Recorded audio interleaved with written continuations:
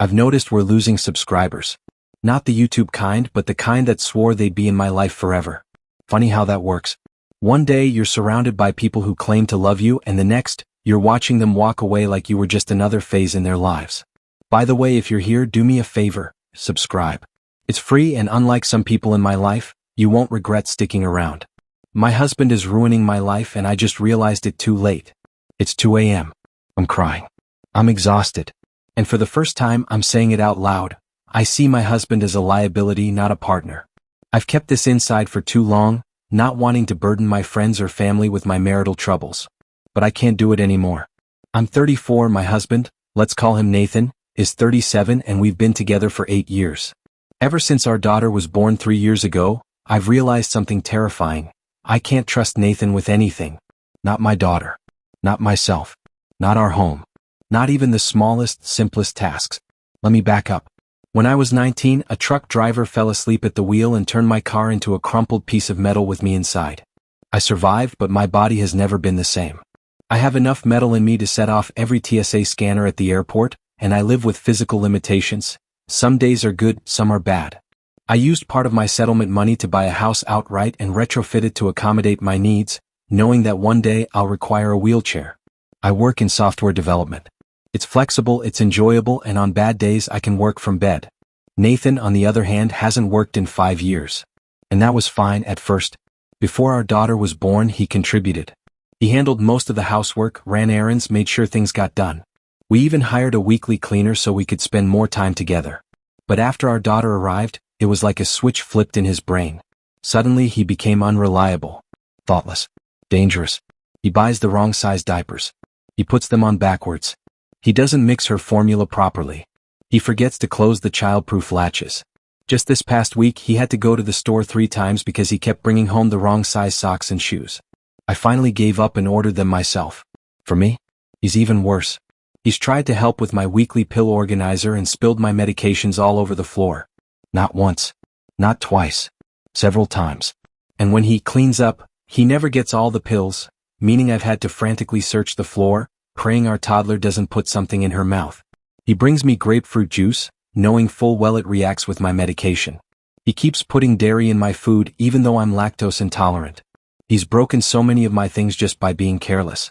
He shattered my laptop. He tried to pack it for a trip, dropped it, and acted like it wasn't a big deal, even after I told him I'd handle my own electronics. He destroys things. We've lost countless forks and spoons to the garbage disposal because he doesn't check before turning it on. He tried to fix my car, and completely destroyed the engine.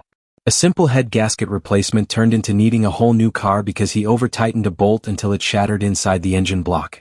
2 separate mechanics told us it couldn't be repaired. And then, a week later, he crashed the new car. And the garage door. What? Because he thought he was pressing the brakes. He wasn't. And now, he wants to be a TikTok streamer. And at first, I supported him. Nathan wasn't always like this. That's the part that hurts the most. Before our daughter was born, he was my partner. My real partner.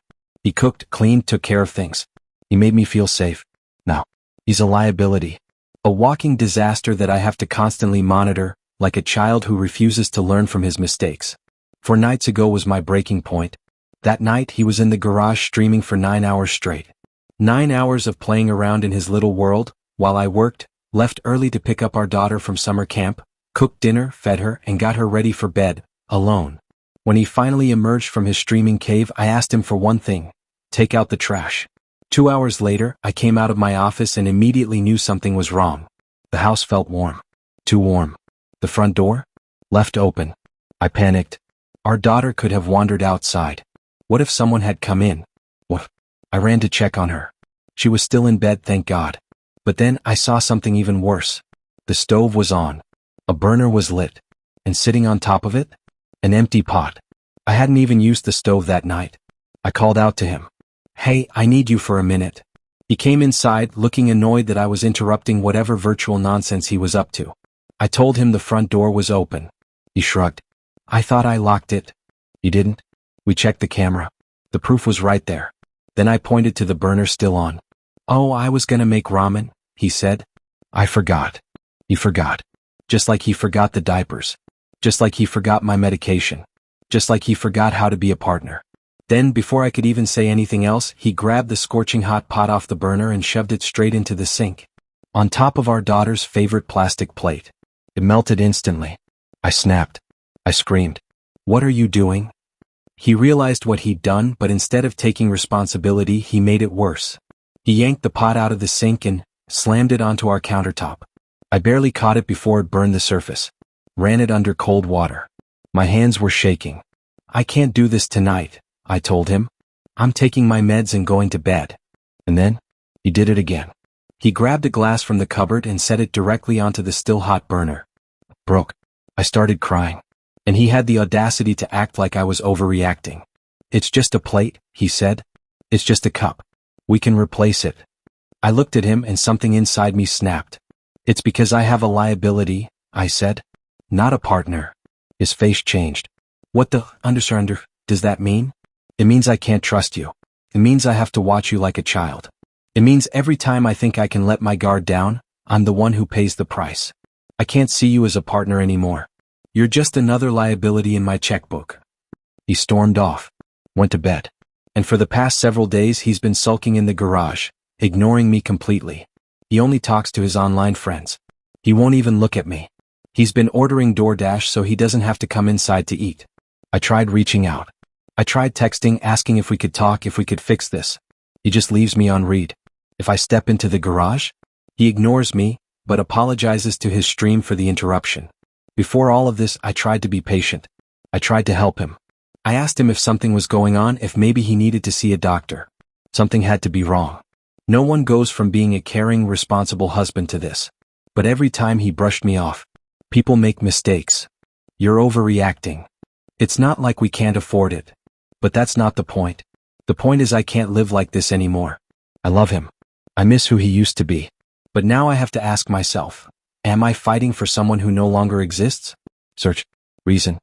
When I went into labor, my husband had already made special arrangements with the owner of my favorite restaurant. No matter the time of day or night, as soon as I was admitted, he would send a message, and they would prepare my favorite dishes and personally deliver them to the hospital. I had no idea until the food arrived, and as soon as the familiar aroma hit me, I burst into happy tears. He knew how much I loved frogs. Whenever he found one in our yard, he would take a picture and send it to me. He even designed and vacuum-formed a custom "Welcome Home" sign featuring both of our favorite animals. If he was out and saw something frog-themed, he'd bring it home as a surprise. On my worst pain days when I could barely leave bed, he would bring my meals on a wooden tray he had built himself.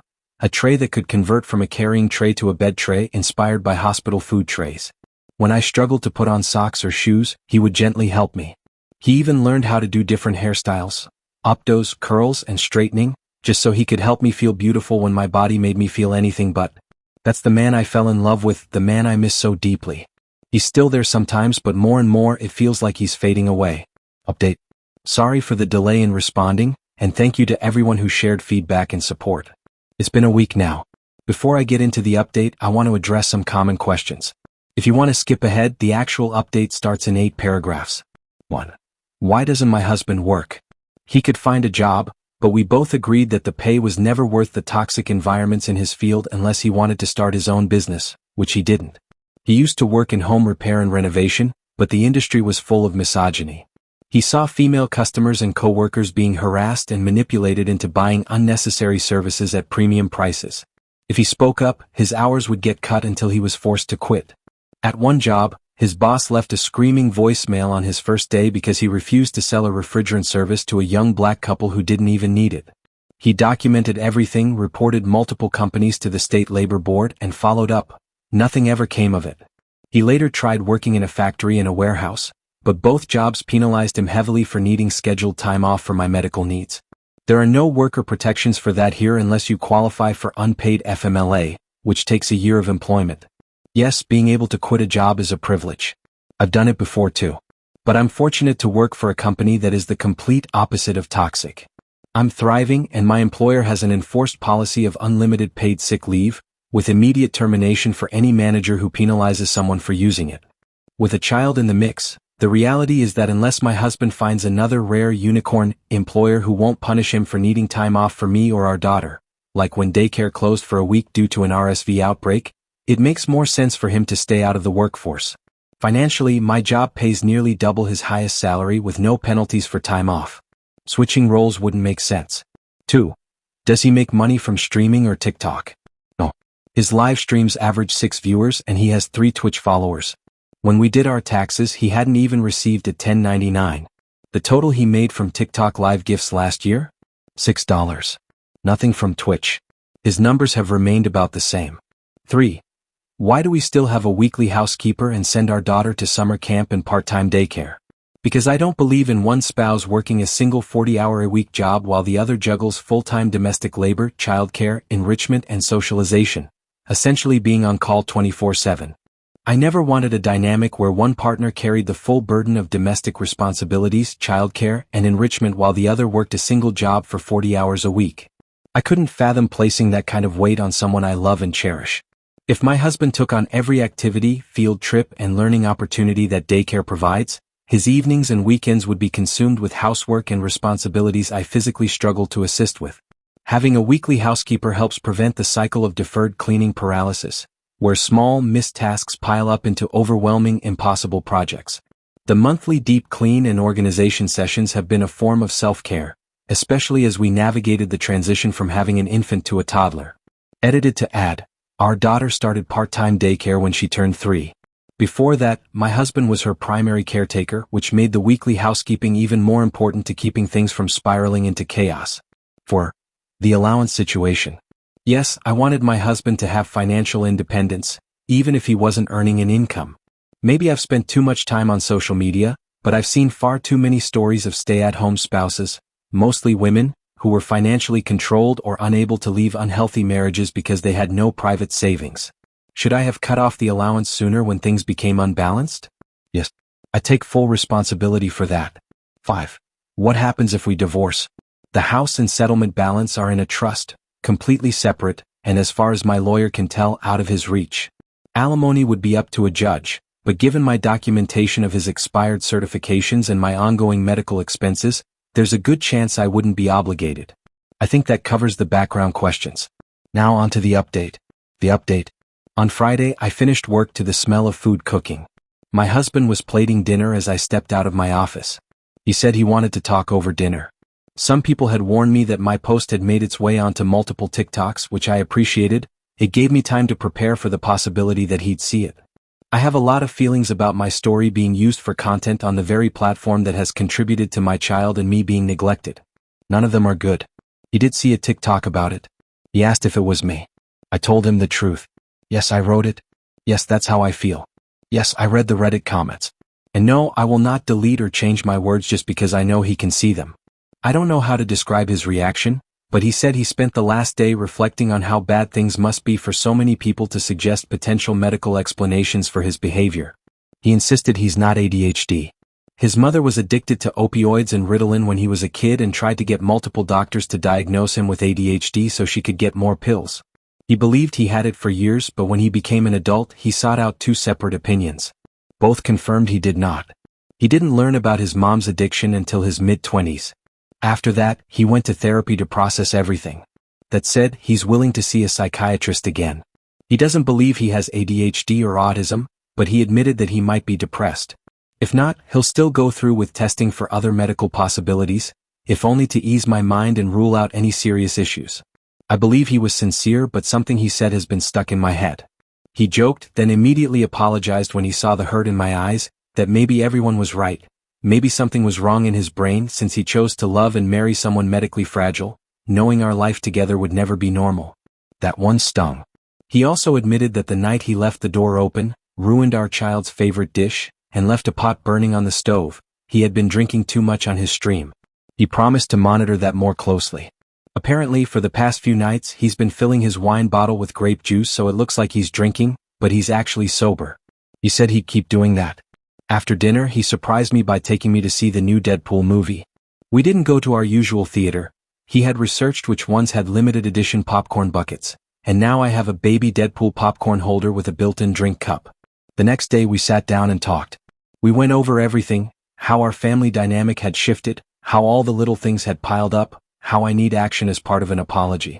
If you say sorry, but keep making the same mistakes, the words are meaningless to me. He didn't realize how often he was repeating the same behaviors. On Sunday, we discussed both short-term and long-term changes. Immediate actions. He's scheduling his own doctor appointments. Timelines for expectations. If he breaks or damages something, repairs or replacements will no longer come out of our shared household account. He will pay for them himself from his personal allowance. Allowance update. I turned direct deposits back on, but only for $50 per paycheck. He actually suggested keeping it that way until he's paid back the cost of repairing the garage and the car from earlier this year. He admitted it will take him much longer to make up for the cost of destroying the engine in my last vehicle, but he's going to step up and find ways to fix it. I see the red flags. I see the love bombing, the failure to recognize patterns, the assumption that verbal apologies are enough, the lack of understanding that repeating the same behavior is the same as never apologizing at all. And yes, I know he will read this. Do I think this is resolved? That we'll be a perfect couple who stays together until one of us dies? No. Full offense to my husband. For now, I see potential for a resolution. But he's fully aware that he has a lot to make up for, a lot to fix, and a tight schedule to make it happen. This situation will either teach our daughter that true accountability means real change, or it will show her the consequences of failing to take accountability at all. Steering a wayward ship. Taking accountability is the right thing to do, even if it doesn't get you the outcome you wanted. Love alone isn't enough. TLDR. Wow, this sucks. I suck for letting it get this far. My husband sucks for what he's put us through. Life owes me a dinner date if it's going to screw me this hard. There is a potential path forward that doesn't involve divorce. But it may still involve divorce. Edit to add, he finally read the post. So please read between the lines of what I'm actually saying. If it's not obvious, read the last 4 words of the previous 4 paragraphs. Relevant comments and responses. Comment 1. There is some truth to his joke. Your medical needs have impacted his ability to work. Neither of you seem very keen on being actual partners. Given your stance on alimony and money, I hope he looks out for his own financial interests. My response. I'm trying to be a partner. That's why I've been supportive, paying for housekeeping, part-time daycare, which is currently full-time summer camp, and ensuring he has his own money to spend however he wants. Yes, my medical needs impact his ability to work. That would hurt him in an alimony case because if we weren't together, he wouldn't need a unicorn job with unlimited PTO. Would I still help him land somewhat softly on his feet? Most likely. From what I've been told, a judge would be less likely to obligate alimony under these circumstances. Comment 2. You need to grow a spine and have hard conversations with your husband if you really want things to improve. My response. I wish I could grow a spine, but the one I have is currently held together with duct tape, screws, rust, and pure vibes. I'm well aware that he's in full-on panic mode and that the next month, if that, is going to be a refreshing but temporary change. I get that some people dogpiled on me unfairly before, but assuming that me wanting to verify whether my husband is choosing to suck somehow means I intend to keep living like this? That's a reach. Comment 3. Your posts have more traction after a week than his entire streaming career combined. I have a hard time believing he couldn't hold a job just because his work environment was toxic. My response. Look, I wasn't going to say it, but you're not wrong. The toxic work environment part? Unfortunately, very true. I've seen the evidence he submitted to the labor board. But before everything went sideways, things were really nice when he was a house husband. I'm sad he squandered that. Barring some catastrophic collapse in my career field, I'll be financially able to retire in just a few years. Now am I the wait. Wrong thread. Am I the asshole for renting my house to a friend with poor financial habits?